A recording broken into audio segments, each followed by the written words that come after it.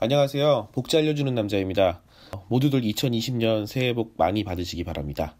제 영상을 봐주시고 구독해주시는 모든 분들께 감사드리고 2020년 여러분들에게 좋은 일이 많이 있기를 기도하겠습니다. 지난 시간까지 2020년도에 바뀌게 되는 기초생활보장제도에 대해서 여러분들에게 자세하게 안내를 해드렸습니다. 이번 시간부터는 여러분들께서 가장 궁금해하시는 기초생활보장제도의 자격과 기준에 대해서 자세하게 안내드릴 계획입니다. 오늘은 그 첫 시간으로 수급 책정 시 산정되는 가구원의 기준에 대해 안내해드리도록 하겠습니다. 이 가구원 기준은 제가 두 번에 걸쳐서 설명을 드리려고 하는데요. 먼저 오늘은 수급 신청 시 책정되는 가구원의 기준과 범위에 대해서 안내해드리려고 하고요. 두 번째 시간에는 생계를 같이 하지만 가구로 보지 않는 별도 가구에 대해서 안내해드리도록 하겠습니다. 국민기초생활보장제도의 급여를 희망하는 국민은 누구나 주민등록상의 주소지 그 관할 읍면동 주민센터에서 연중 신청할 수 있습니다. 신청은 특별한 사유가 아니라면 개인 단위가 아니라 가구 단위로 가능하고요. 그 신청 가구를 보장 가구로, 그 가구원을 보장 가구원으로 명칭합니다. 수급 신청에 있어서 이 보장 가구원의 수와 가구원의 범위에 대한 기준이 굉장히 중요한데요. 이러한 그 중요성이 왜 중요한지 먼저 좀 살펴보려고 합니다. 그리고 나서 그 기준에 대해서 제가 좀 더 자세하게 설명을 해드리도록 하겠습니다. 자, 그럼 수급 신청에 있어서 보장 가구원의 수와 가구원의 범위 왜 중요한가? 그 첫 번째로는 보장 가구원 수에 따라 받을 수 있는 급여액의 차이가 생기기 때문입니다. 급여별 수급 기준은 중위소득으로 결정이 되는데요. 이 중위소득은 가구원 수와 비례하여 증가하게 됩니다. 즉, 가구원 수가 많을수록 많이 받을 수 있고요. 가구원 수가 적을수록 수급액을 적게 받게 된다는 것이지요. 두 번째로는 처음 수급을 신청할 시 수급 진입에 영향을 주게 됩니다. 앞서 이야기한 것처럼 가구원 수에 따라서 중위소득 기준이 달라지기 때문에 가구원 수가 몇 명인가에 대한 부분은 수급 진입 자체에 큰 영향을 주게 됩니다. 예를 들어 보겠습니다. A가정과 B가정이 있는데 A가정과 B가정 소득 인정액이 동일하게 100만 원이라고 가정을 해보겠습니다. 그런데 A가정은 2인 가구, B가정은 4인 가구라면은 A가정은 생계급여를 받지 못하고 의료급여만 받을 수 있게 되고요. B가정은 일정 부분의 생계급여를 받을 수 있게 되는 것입니다. 여기서처럼 같은 소득 인정액이라 하더라도 가구원 수에 따라서 어떤 급여를 받을지가 달라지기 때문에 굉장히 중요한 부분이라고 할 수 있습니다. 마지막 세 번째는 이제 가구원 범위에 따라서 수급 진입 여부가 달라진다는 것입니다.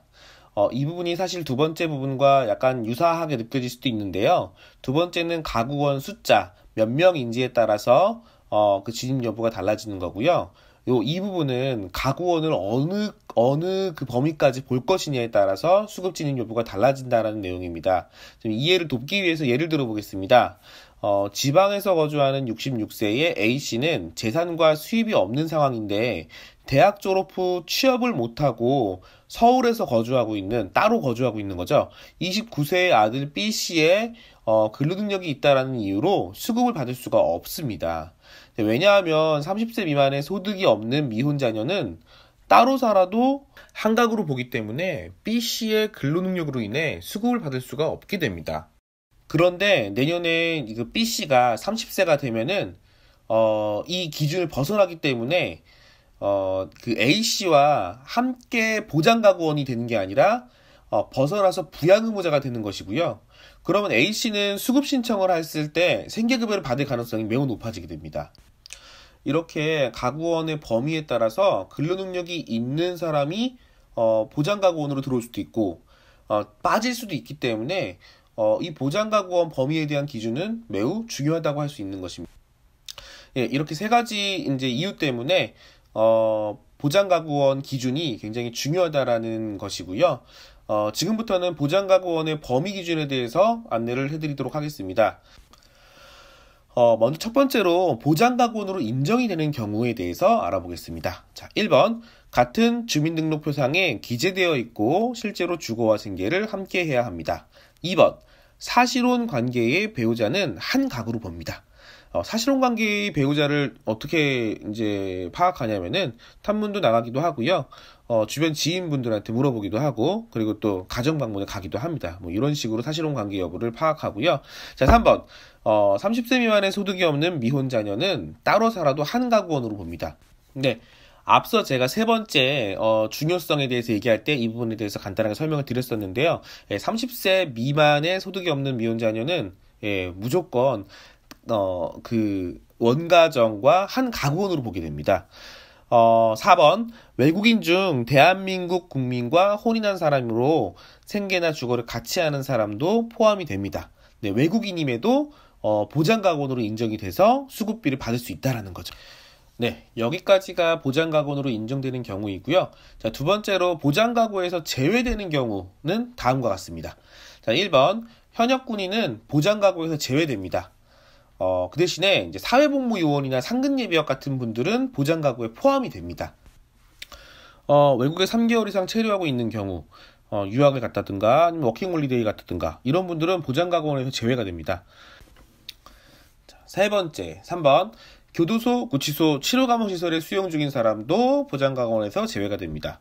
그리고 가출, 행방불명으로 경찰서 등에 신고된 후에 1개월이 지난 사람들도 보장가구원에서 제외가 되고요. 마지막으로는 보장시설 수급자나 실종 신고 절차가 진행 중인 사람들도 보장가구원에서 제외가 됩니다. 이 보장가구원에서 제외가 된다는 것은 사실 두 가지 의미가 있거든요. 첫 번째로는 보장가구에서 제외되는 분까지 포함해서 수급을 받고 있었던 가정, 이런 가정은 보장가구에서 제외되는 인원이 발생할 경우에 수급비가 깎이게 됩니다. 두 번째로는 모든 조건이 수급을 받을 수 있는 조건과 맞는데 보장가구원에서 제외되는 분의 근로능력으로 인해 수급을 받지 못했다. 이런 경우에는 보장가구에서 제외되는 분이 제외가 되면은 수급을 받을 수 있는 확률이 많이 올라가게 됩니다. 이렇듯 보장가구원의 구성에 따라 이제 다양한 기준 적용이 달라지기 때문에 여러분들께서 제가 이제 안내해드린 이 기준을 보시고선 가구원 산정을 하신다면 도움이 될 것 같습니다. 네. 오늘은 이렇게 이제 보장가구원을 산정하는 기준에 대해서 알아보았고요. 다음 시간에는 생계를 같이 하고 있기 때문에 한 가구로 보아야 하지만 특별한 사유로 인해서 함께 살아도 별도로 사는 것으로 보아서 수급을 받을 수 있게 해주는 별도 가구 산정의 세 가지 기준에 대해서 알아보는 시간을 갖도록 하겠습니다. 시청해주셔서 감사합니다. 영상이 도움이 되셨다면 좋아요와 구독 부탁드리겠습니다. 여러분의 응원이 좋은 영상을 만드는 데 큰 힘이 됩니다. 새해 복 많이 받으세요. 감사합니다.